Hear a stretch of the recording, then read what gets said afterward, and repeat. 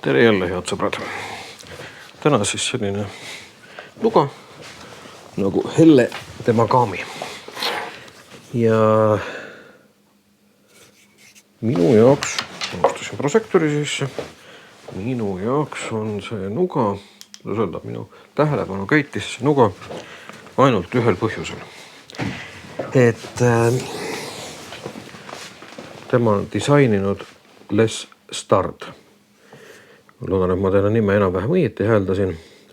Ja seda meest mina tean, mitte isiklikult, aga seda meest mina tean kunagi 10-15 aastat tagasi, mis iganes Discovery, National Geographic või mis iganes kanali peal jooksnud nii-öelda ellujäämissari.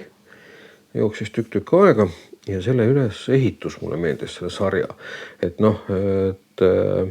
neid nii-öelda show-maailma ellujääjaid on teisigi ja igasugused põnevate sarjadega.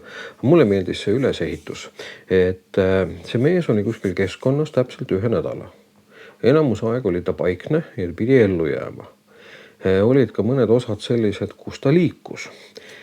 Minu jaoks tegi selle asja huvitavaks see, et tal oli olemas kõik ellujäämiseks vajalik varustus selles keskkonnas. Kõik töövahendid, kõik asjad. Mida tal ei olnud, oli toit. Ja peamine, mille ta rõhus seal, siis oligi see, et kuidas saada sooja, hoida sooja ja toitu hankida ja vett hankida nende vahenditega, mis tal kaasas oli. Ja ta filmis siis tavaliselt oma tegevusi 3 kaameraga. Nädalaga sai tal alati see kõik nii-öelda üles võetud ja siis kokku monteeritud kunagi umbes 40-5 minutiks. Mulle tema nii-öelda need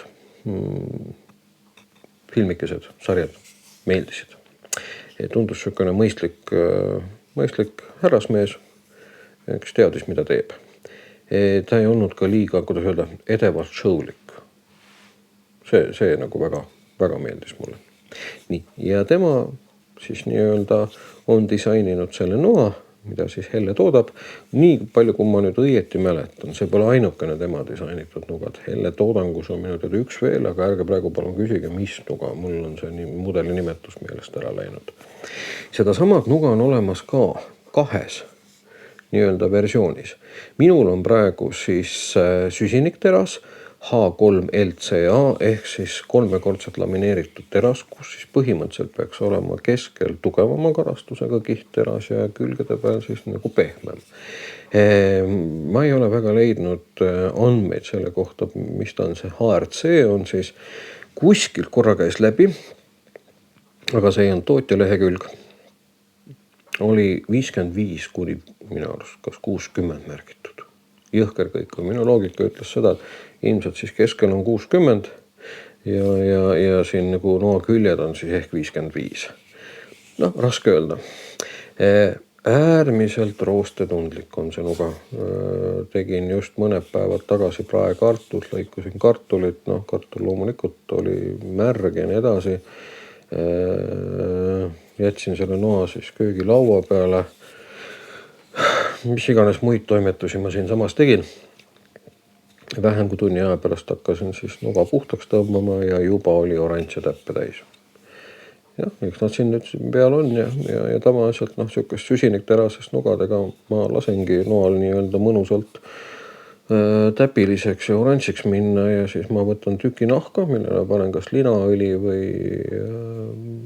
kavalist toiduõli, pihustan natukene ja hakkan siis nühkima seda. Mõnikord olenevalt noast ma olen ka selle nahatüki sisse natukene hõõrunud poleerimispastat. Ja siis nii-öelda käinud seda tera üle.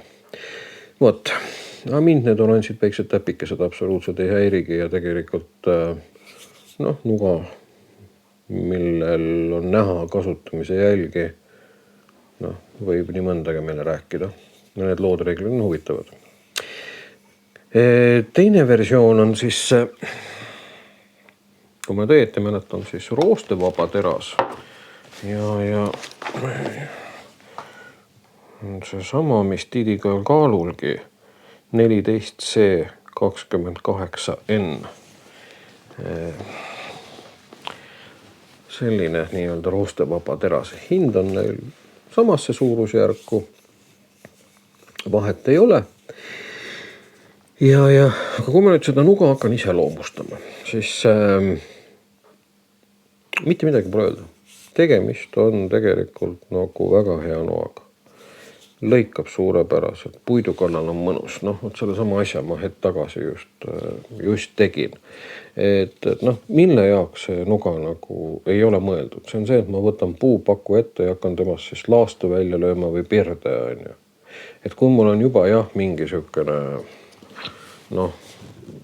laast pakust millegi toekama, aga näiteks nagu Helle Nord, sellest tuleb ka varsti video, on nii-öelda selline laast välja löödud, siis okei, ma võin taga tõesti hakata sellest laastust nii-öelda neid pirde omakorda tegema.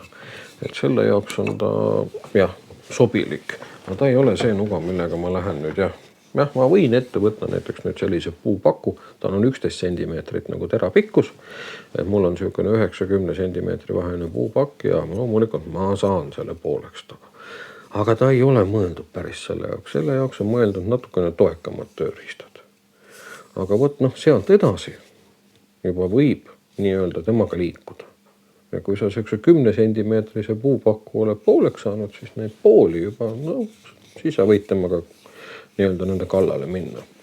Ta täitsa hästi sobib näiteks, kui on vaja miskit nokitseda, et ma ei tea, telgivaiad jäid maha midagi, et teeks nüüd nii-öelda,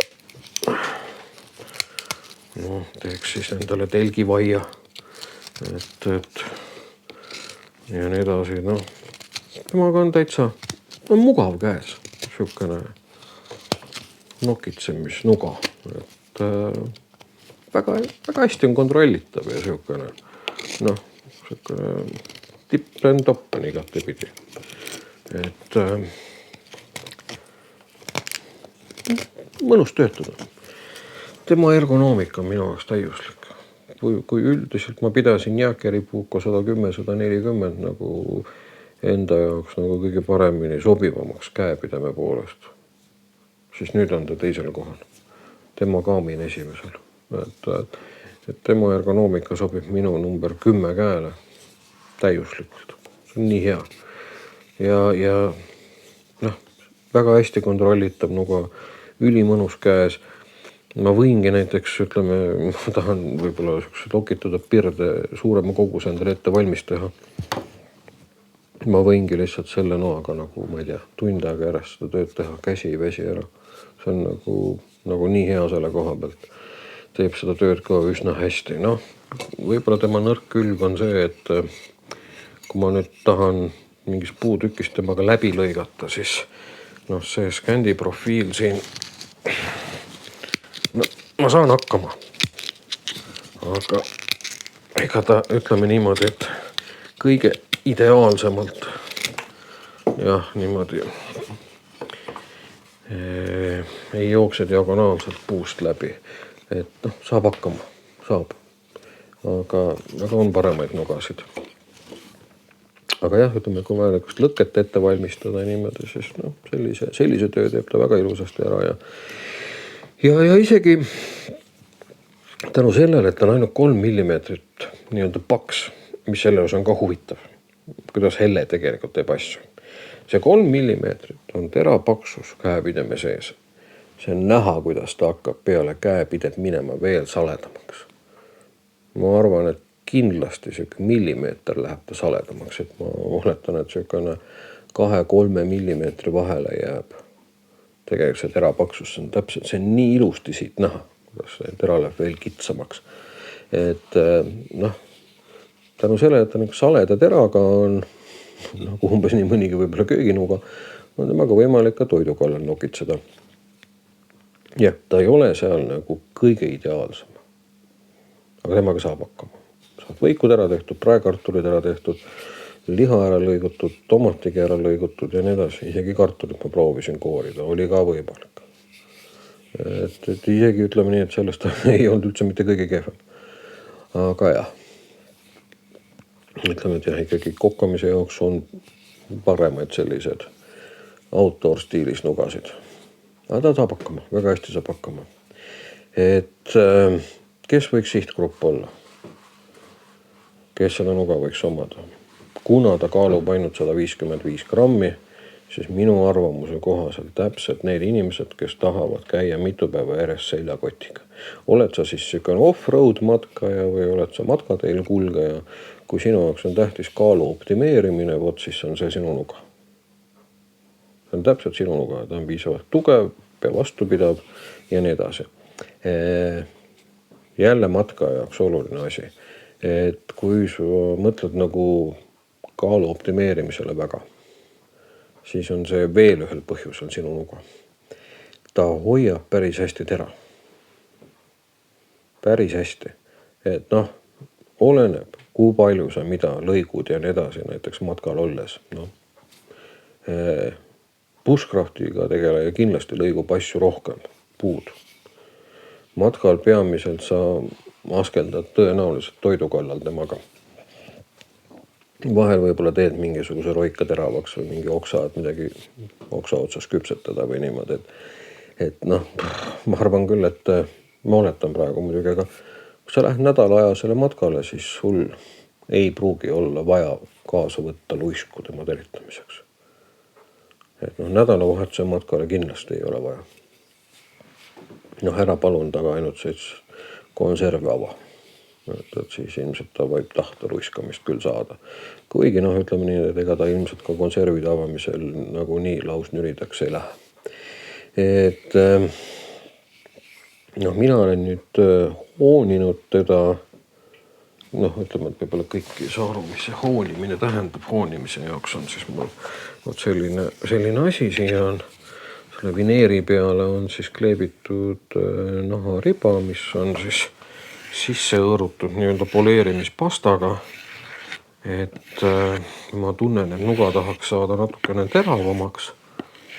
Siis ma nüüd võtan ja tõmban teda mööda seda nahka. Et ja isegi sellise mõne tõmbega on tulemus kohe päris kenasti tuntav. Jaa. Oleks pidanud seda juba ennem tegema. Nii et kivi peal on ta mul 2 korda käinud. Et jah, tera hoiab täiesti. Peab kiitma. Kindlasti jah, need, kes tegelevad bushcraftiga, ma arvan, see on bushcrafti nuga. Et ellujäämist noaks ma pigem, kuigi ta on disainitud ellujäämiseksperdi poolt. Jah, kui see muud ei ole ellujäämis olukorras, siis on ta tõesti kindlasti see asi, mis on elu päästab, aga jah, eeskätt ma näen, et ta on ikkagi pigem selline matkamehe nuga ja bushcrafteri nuga ja midagi sellist. Et jah. Nii, kui enam-vähem olen laias laastus tema kohta rääkinud nagu siin peaaegu kõik ära. Et ja see minu jutuvarjund on ilmselt olnud nagu üsna positiivne. Et kas nüüd lähme selle juurde ka, mis ta nagu negatiivselt olla võiks. Mind üllatas üks asi. See on ka ainuke asi, mis talle ette saab heita.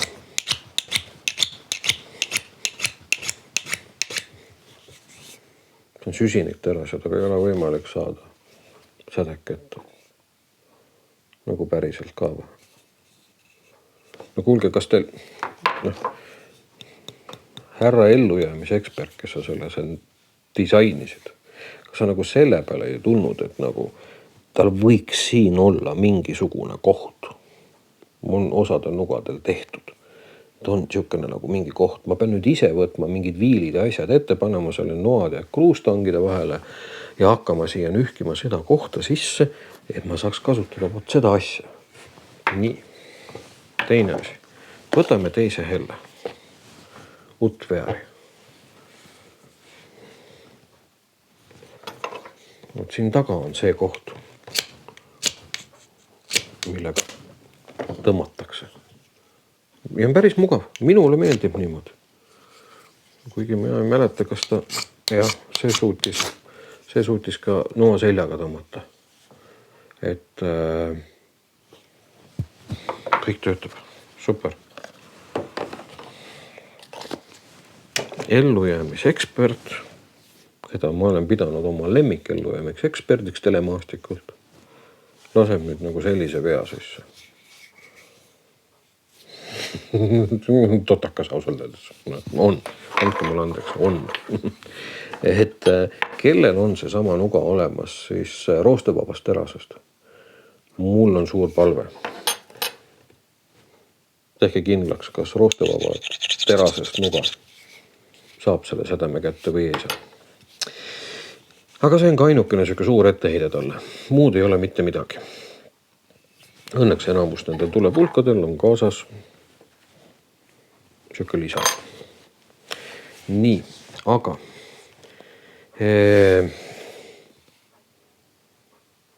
kõige selle hea juures, kõige selle juures, et tal on minu jaoks täiuslik ergonoomika ja ma olen väga rahul nende omadustega, kuidas ta erinevaid asju, eriti just puitu lõikab, siis ma avastasin hästi siukse subjektiivse asja. Siin on nüüd hakkab see minu jutt pihta, mida ma ütlen teile, ärge seda siit enam edasi kuulake, sest see on nii minu mätta otsast vaadatud jutt, nii subjektiivne, et sellega ei tohi lihtsalt arvestada. Selle noal on minu jaoks üks häda, mis on veel suurem kui see, et ma ei saa taga nagu nii-öelda sädet tõmmatud siit pealt. See nuga on minu jaoks tohutult higav. Ta on niivõrd higav nuga, et kui ma võtan temast 3 korda, võib-olla isegi 4 korda odavama, see klassikalise Soome puuko, isegi see on huvitavam.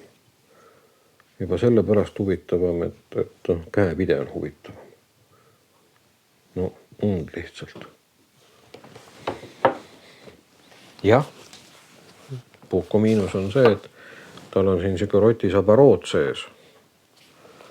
See on täis rood, full tang. Et jah, pigem ma valiks selle, kuigi mulle meeldib võib-olla isegi see rohkem. Nii, ma võtan kõrvale mõned teised helled. Utpear. No, palju huvitavam disain. See on nii põnev nuga. See on väga lahe nuga. See on nuga, mis peab olemas olema. Need on hea nuga. Kuigi selle käsitlemine on mugavam. Mina valin selle raudselt. Võtame Didi Galgalo helle. No. Võiks vaadata, et suht sarnased terad ja kõik profiil klapib. No, üks on natuke pikem, jah, 2 senti on see pikem. Mõlemal on kasest käepidemed, aga jälle, see on juba huvitavam. Kõik see kuju, kas või seegi, et nüüd tera ja kase vahele on pandud must lainer. Ta on huvitavam.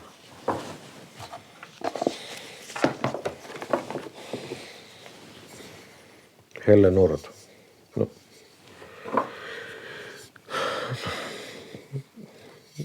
Oluliselt huvitav. No.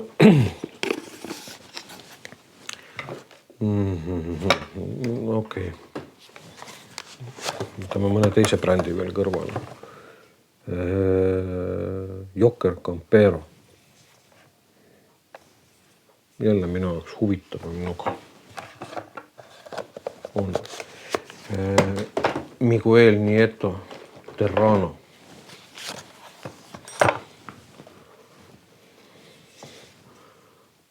Üsna nii-öelda sarnaste parameetritega nuga. Mitte nii heast terasest. Pööleren 690. Aga ma valiks selle. Kask, punane lainer. See on palju huvitavam välja. Kuigi ma olen võrdlund, kasutamises on see minu jaoks mugavam. Et ma isegi võiks öelda niimoodi, et ta ei ole nüüd päris täiuslik nuga, aga ta on ikka väga hea nuga. Ta on nii hea, et ta on igav. Et jah, mingisugune minu jaoks mingisugune X-faktor jäi saamata. Et ma olen seda nuga pildis palju ennem vahtinud, enne kui ma ta sain. Ma olen oigu palju videosid tema kohta ära vaadanud. Ta seal tundus oluliselt fotogeenilisim ja põnevam. Aga jah. Aga ma ütlen ausalt, see nüüd oligi minu subjektiivne arvamus asjast. See minu kiiks, mille peale ma oma arvamuse nüüd välja ütlesin, et tegelikult on ta nagu hea nuga, nüüd ta tasub omada. Ja kui nüüd tekitada see küsimus, et okei, et siin mingisugune Soome puuko on, kus iganes ma juba panin, siin on odavam ja siis tasuks see osta. Jah, kui su raha ei ole, ostagi siis see. On jah odavam, sa võid osta 7 € ehitusnoa ka. Aga noh, siin on vähemalt seegi nagu, et keegi tuntud inimene enda disaininud, kes on oma asja ekspert ülemaailmne. Ja ta on tugev konstruktsioon tänu selle, et ta on siis full tang. Nii et noh, tegemist on väga hea noaga, väga kvaliteetse noaga. Helle kvaliteet on ikkagi maailma üks tippkvaliteet. Et jah, aga kuna minu jaoks on ta igav, siis suhteliselt suure tõenäosusega üsna varsti saab selle noal olema uus omanik, kes oskab tema vooruseid ja väärtuseid minust rohkem väärtustada. Aga ma tänan, et te nii-öelda mind ära kuulasite. Loodan, et ei muutunud igavaks. Ja kui enne ei näe, ei kuule, siis raudselt järgmine kord.